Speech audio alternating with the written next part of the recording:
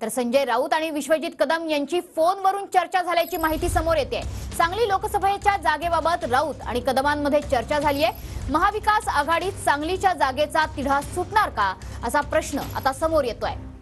संजय राऊत आणि सोबतच विश्वजित कदम यांच्यामध्ये आता फोनवरून चर्चा झाली आहे। आज सकाळपासूनच संजय राऊत आणि विश्वजित कदम यांचे वार पलटवार सुरू होते।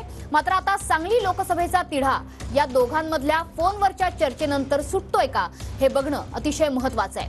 TV9 मराठीवर तुम्ही ही दृश्य बघताय। दुसऱ्याच्या विषयी ज्या भावना आहेत त्या अशाच राहतात। आता आम्ही त्यांच्या वडिलांच्या समाधीस्थळी आलोय, त्यांना मी सांगत होतो मी इथे पोहोचलोय। त्यांनीही मला फोन करून सांगितलं तोडगा काही काँग्रेस आणि तुमच्यामध्ये जो चालू आहे की उमेदवारी देणार कोणालाही तुटेपर्यंत आणावं असं वाटत नाही, ना काँग्रेसच्या नेत्यांना वाटत ना आम्हाला वाटत। यातून एक मध्यम मार्ग निघावा आणि सांगलीची जागा महाविकास आघाडीनं जिंकावी ही आमची भूमिका आहे। हीच भूमिका विश्वजित कदम यांची आहे आणि हीच भूमिका विशाल पाटील यांची आहे।